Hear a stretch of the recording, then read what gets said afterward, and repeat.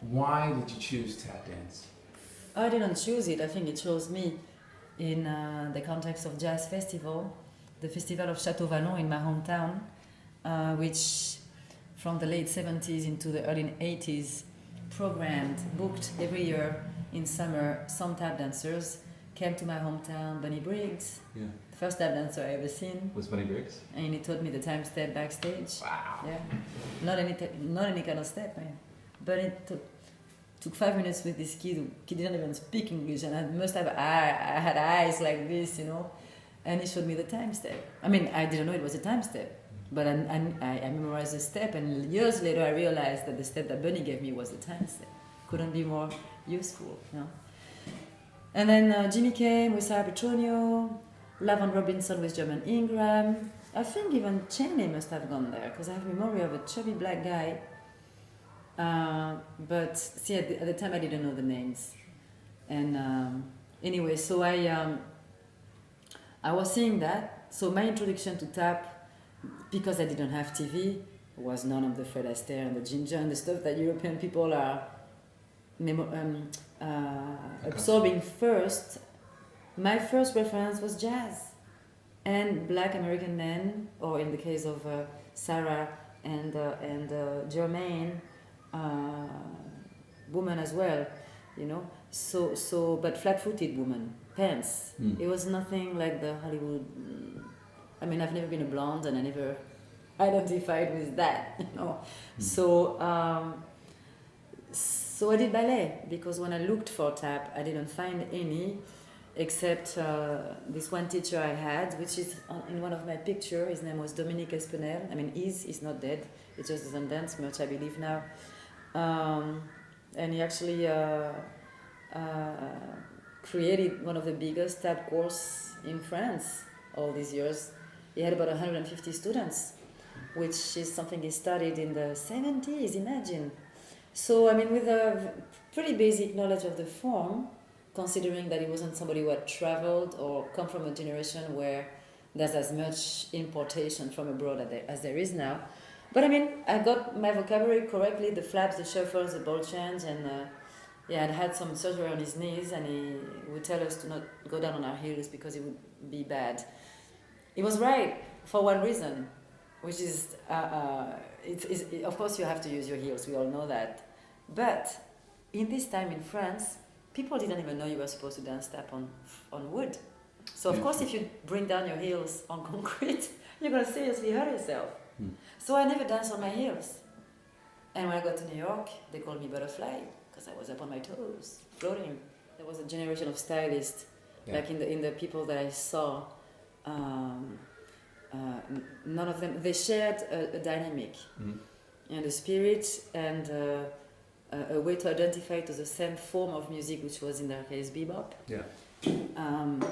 But they all very much danced distinctly, but completely distinctly. To where in half a second you knew with closed eyes who was dancing in the room.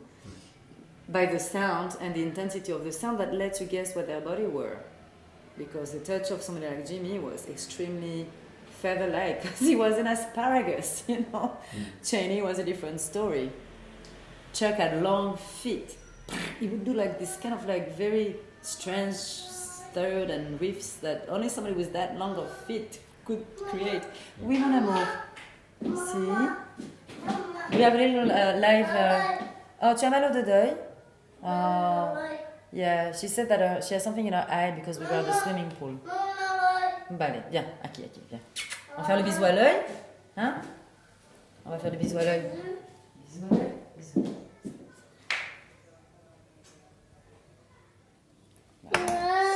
So, how has having a child changed your dancing? Having a child? Yeah. Well, the pregnancy was a trick.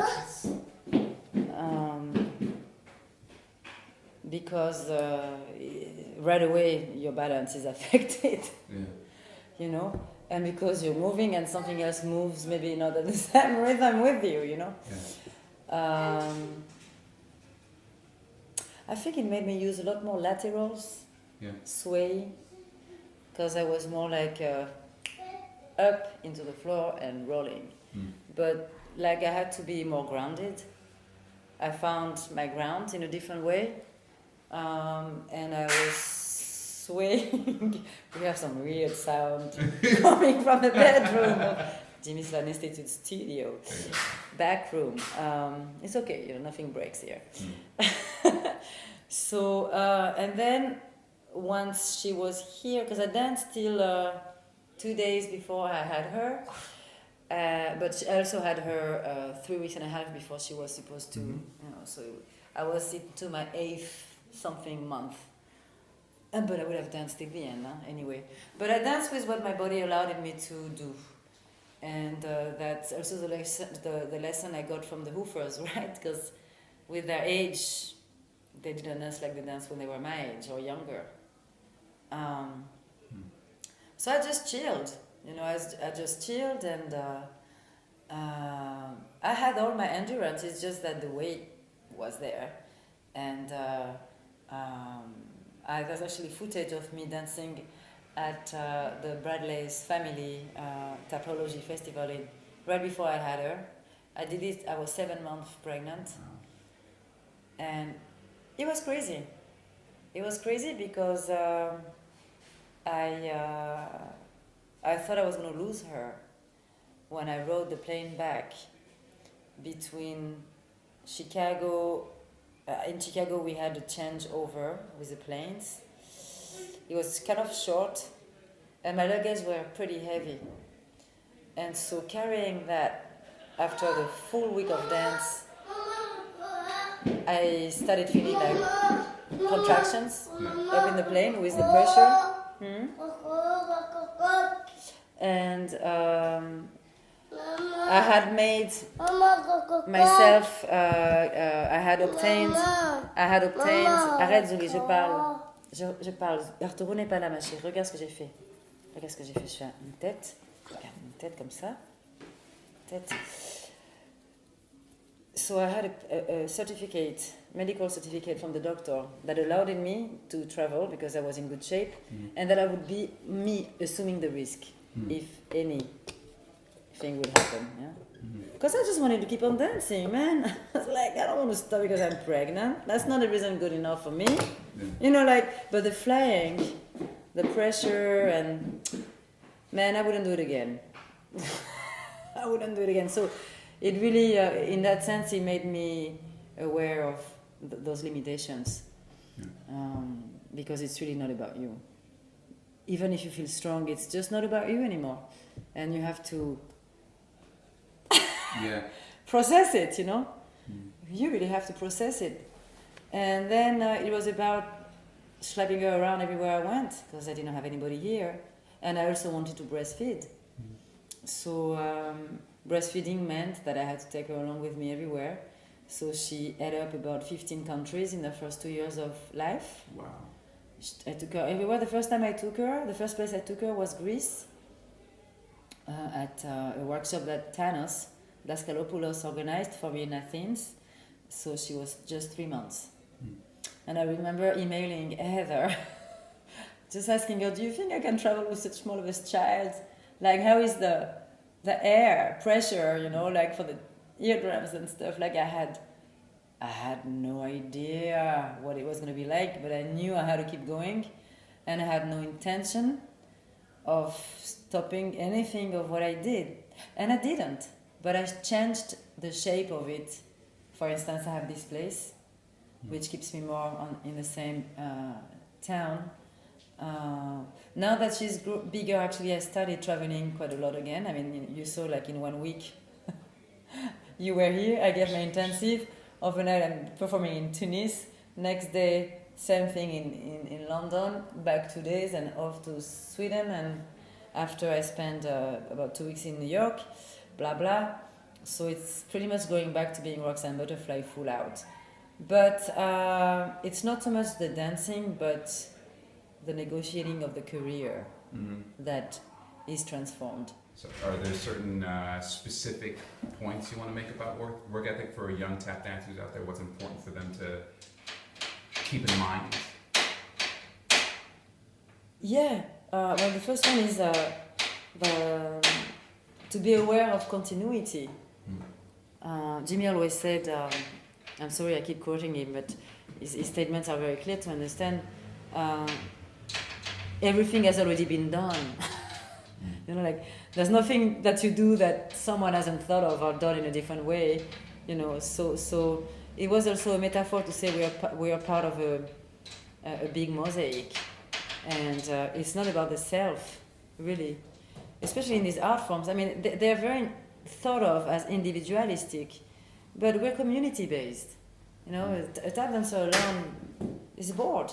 There's nothing I do that I do separated from the consciousness of belonging to a community, and what consequences my actions will reflect on that community. Example, I was invited to perform at Palau de la Música Catalana, which is it's like a Lincoln Center of Barcelona, big place. And it was actually a very poorly paid gig, but it was okay, because it was a beautifully organized festival, and it was during my intensive, so it gave a chance to my dancers to have access to a beautiful stage in Barcelona. So I said, okay, let's do that. It was a beautiful stage, so I decided to go and check ahead the site to be sure to dance on it. So my agency organized a meeting with the production manager of the theater, and once I had the okay, go, you can tap on that floor, I signed my contract. Now the day of the show, I arrived to do sound check, and they said me, but you can dance on that floor, like 40 minutes before the show. I'm like, you know what, you call the agency because I'm going to dance on that floor. I signed my contract after I came, and your team said it was okay. It must be a mistake, it's yours, it's not mine. So, but I said, I'm still going to give the benefit of the doubt, and show me that those platforms you say you have upstairs. They were like 2 feet by 2 feet, you know, and I couldn't do my work on that. So I said, you know what, I'm sorry, I have to cancel. They would not believe an artist would cancel. They said, but people have done it before. I said, well, you know what, I'm not people. Because these fuckers, I'm sorry, that's the word. By doing that, they fuck me up. So if I do that, I'm going to fuck up the ones after me, because somebody's going to say, Roxane Butterfly did it. But so no, I'm not going to do it. I'm breaking the cycle. That's an example of work ethic. But you know, to me, they didn't deserve. You have to deserve a good artist. So you have to give yourself the means to believe you're one of those. Because if not, you're going to always be stuck in the it's better than nothing mentality.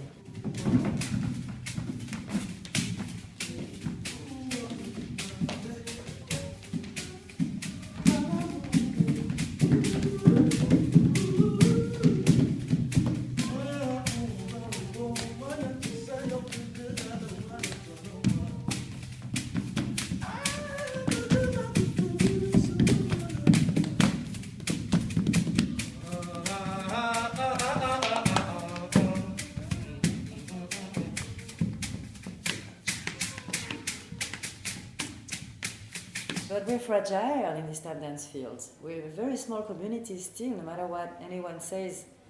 There is no specialized press. We don't have a tap magazine here on the newspaper stand like we have for anything else.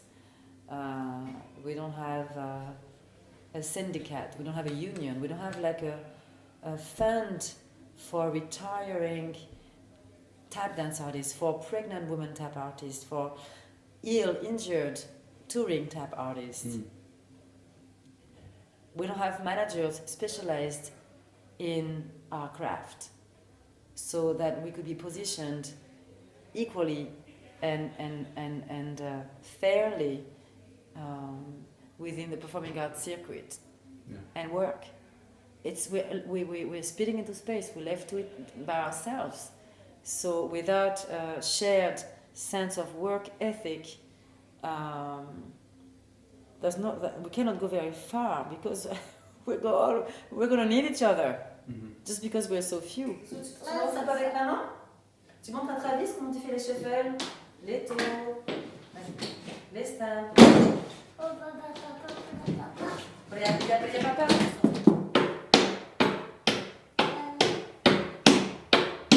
So yeah, I mean, when we're young,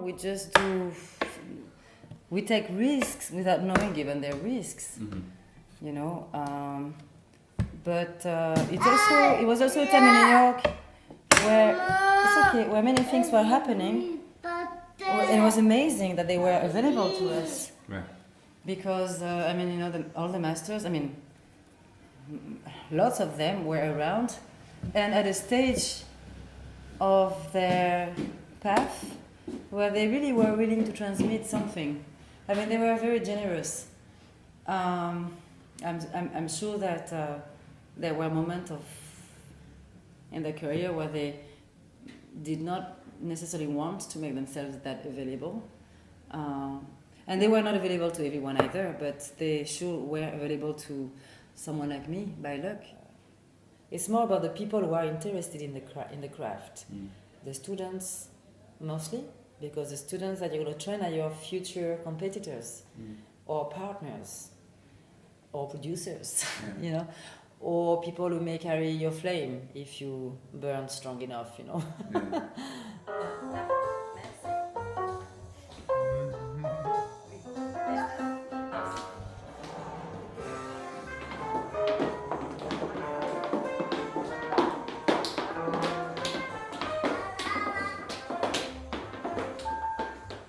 I guess, I listen to a lot of jazz, and I listen to a lot of fast bebop jazz, because this is information that I got from Jimmy and from this man, so I emulate it.